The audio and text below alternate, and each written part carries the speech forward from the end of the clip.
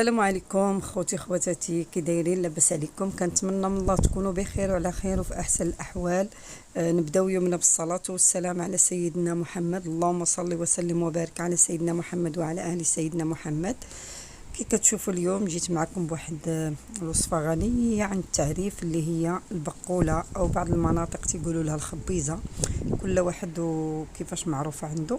المهم وصفه زوينه، يعني كل المغاربه تيحبوها تقريبا، كنبغيوها في هاد الوقيته هذه. فقلت علاش لا اللي ما نشاركهاش معكم. المهم هاد البقوله انا خديتها غير من الجريده عندي هنا في الدار، وقلت نشاركها معكم باش اللي كل شيء تعرف يصاوب، ولكن المهم كل واحد والطريقه ديالو.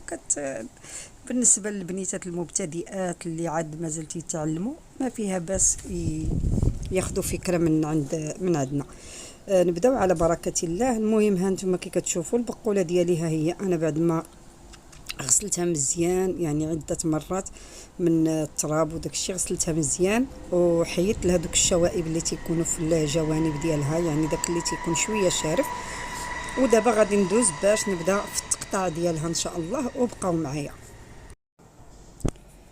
ودابا كما تتشوفوا في هذا غادي نبدا نقطع في البقوله ديالي. غادي نقطعها رقيقه مغليظه، يعني موين باش تجيني زوينه. ولكن بالنسبه لدوك العويدات ديالها، انا دوك الغلاض يعني واخا قطعتهم عاود دوزتهم في واحد الطحانه عندي باش جاوني رقيقين، باش طابوا يعني دغيا طابوا، ولو انهم فتيين المهم جاو زوينين. فبقاو معايا وخليكم حتى ندوزو للمرحله الثانيه ديال التفوار.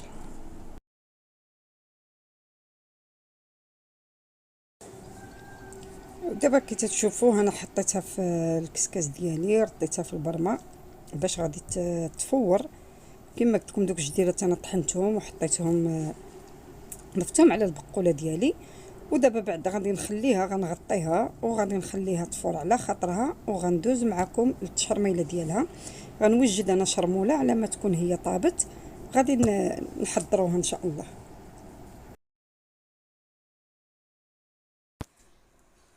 كما كتشوفوا دابا انا حضرت هنايا واحد الربطه مزيانه، ها نتوما ديال قزبر ومعدنوس مقطعين رقيقين، مع عندي واحد الراس ديال الثوم اللي غادي نمعسو في هذه المعاسه ديال الثومه، وغادي نخلطو مع المعدنوس والقزبر، وغادي ندوز للمراحل الثانيه.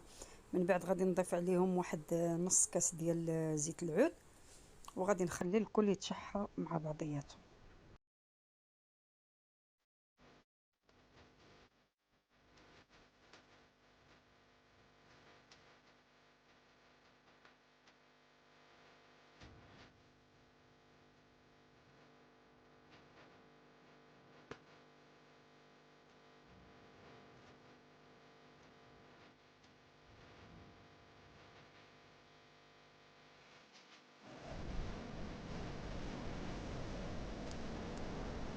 دابا البنات غادي نضيف واحد المعلقه ديال التحميره ديال البابريكا، معلقه كبيره.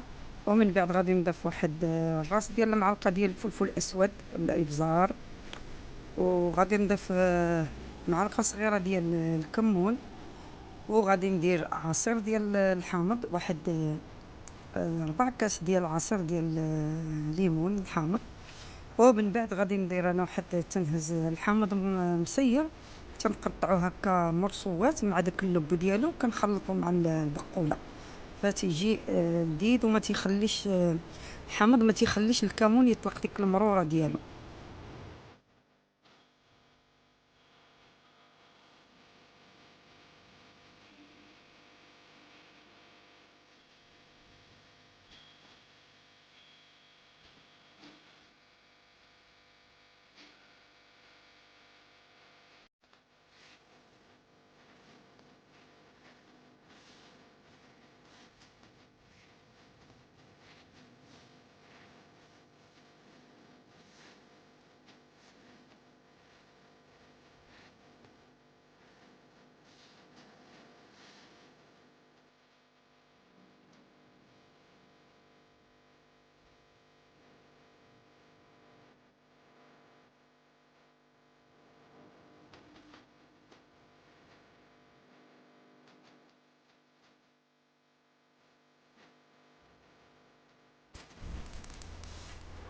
دابا البنات بعد ما تشحرات ليا الشرموله ديالي مزيان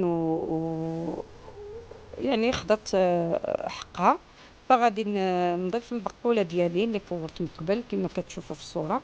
غادي نحركها حتى تدخل فيها هذيك التشرميله مزيان، وغادي نخليها فوق النار هادئه حتى تشرب العطريه ديالها كامله، وندوز معكم لتزيين الطبق ديالي النهائي.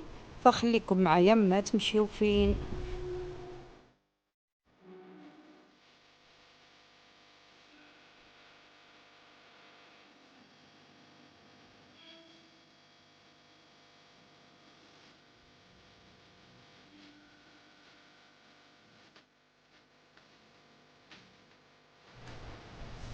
كما كتشوفوا البنات هذا هو الشكل النهائي ديال الطبق ديالنا. كنتمنى من الله انه يعجبكم وينول الرضا ديالكم.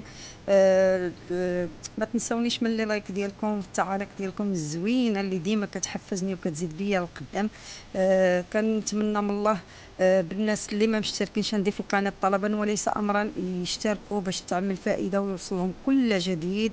وان شاء الله نشوفكم على خير في فيديو جديد بحول الله. دمتم في حفظ الله ورعايته، والى اللقاء. احبكم في الله.